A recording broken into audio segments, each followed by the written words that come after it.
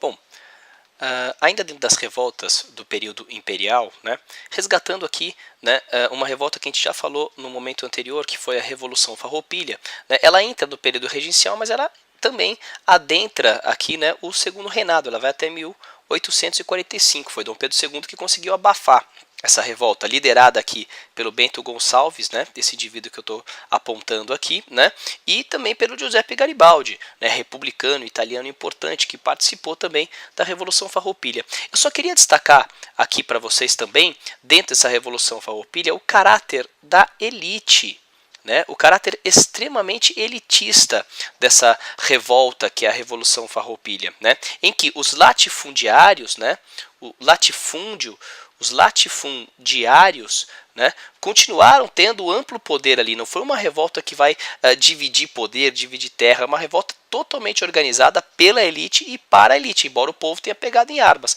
Mas o projeto é totalmente elitista, né? Os latifundiários, né, é que vão que vão organizar essa revolta toda aqui, ok? Outra rebelião também que ainda está dentro do período da regência é a revolta de Malês, uma revolta de escravos muçulmanos, né, da etnia Loruba, em que eles reivindicavam uma liberdade, evidentemente, o escravo quer ser livre, e também eram totalmente contrários à obrigatoriedade do catolicismo, ou seja, uma revolta extremamente importante, né? Inclusive foi a maior revolta de escravos, foi a maior revolta urbana de escravos do Brasil. Né, chegaram aí a tomar a cidade de Salvador ali na Bahia, né, ou seja, aconteceu na cidade de Salvador ali na Bahia uma revolta extremamente violenta e interessante, né, na base da capoeira, na base da luta corporal, os escravos chegaram a quase que tomar a cidade de Salvador, foram massacrados evidentemente pela Guarda Nacional, mas é uma revolta interessante aqui, né. Agora já entrando aqui nas revoltas do segundo reinado, né, a gente destaca as revoltas liberais de 1842, né? Quais foram as justificativas dessa revolta? A princípio, né, a galera aqui se revoltava contra a volta, né, contra o regresso, a volta dos conservadores,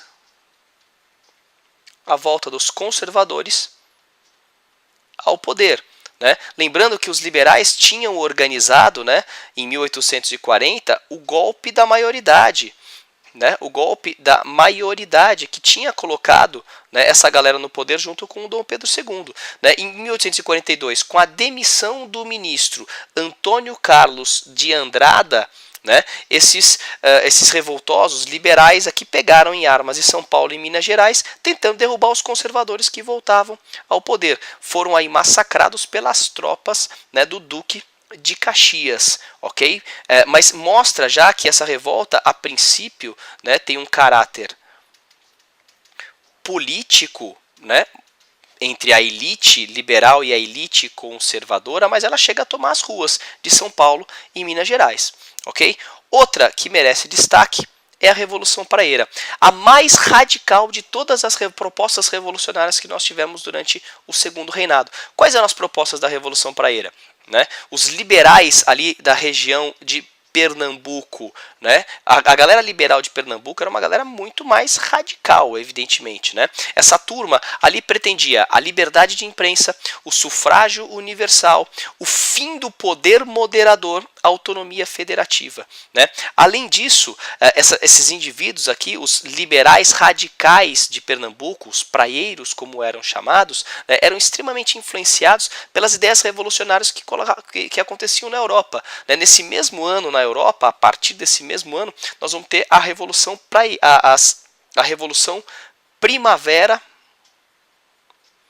a Primavera dos Povos, que começa a partir da França uma onda republicana, liberal, revolucionária da Europa. Né? Justamente por isso, esses liberais, né, que reivindicavam o fim do poder moderador, os mais radicais ainda dentro aqui, reivindicavam inclusive o fim da própria monarquia e a proclamação de uma república. E para você ter uma ideia de como esse movimento foi radical a partir de Pernambuco, eles chegaram a tomar as províncias de Pernambuco, do Rio Grande do Norte, do Ceará, da Paraíba, né, e chegaram a colocar em prática essas propostas. Saíram do litoral, foram até o sertão, ocuparam boa parte do Nordeste. E o radicalismo se expressa principalmente aqui, na proposta de uma reforma agrária. Portanto, o que a gente nota?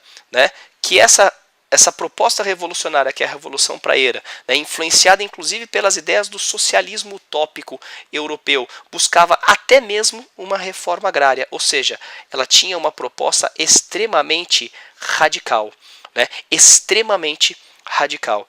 Né? Foram massacrados aí pela Guarda Nacional e pelo Exército, pelo Duque de Caxias. Né? Mas as ideias revolucionárias realmente amedrontaram as elites. Né? Tanto que a elite praieira, dos liberais, né, que iniciaram essa revolta, eles mesmos vão trair o movimento no momento que esse movimento se transforma num movimento radical, né, no momento em que ele se transforma num movimento radical e popular.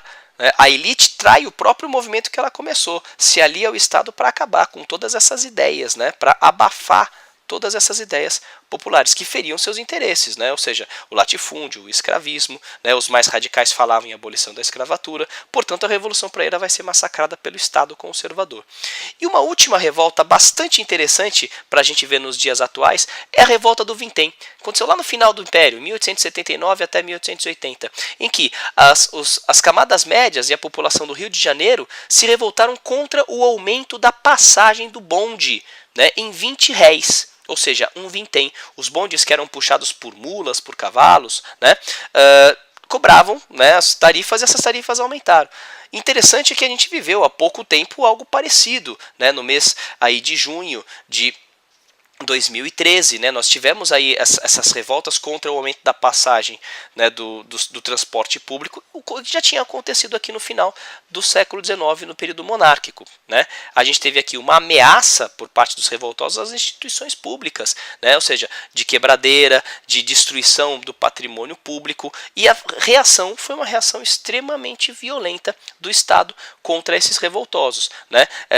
Acredita-se aqui numa média de 3 mortes, inclusive, dentro dessas revoltas. Ou seja, por que a gente está colocando isso tudo? Para mostrar que a situação interna do Brasil durante o período regencial, durante o segundo reinado, até aproximadamente 1850, foi uma situação bastante tensa. E ainda depois disso com focos revoltosos, como por exemplo a revolta do Vintém. Portanto, sempre houve justificativas e razões por parte da elite, das camadas médias e da população para se revoltarem contra o Estado durante o período monárquico brasileiro.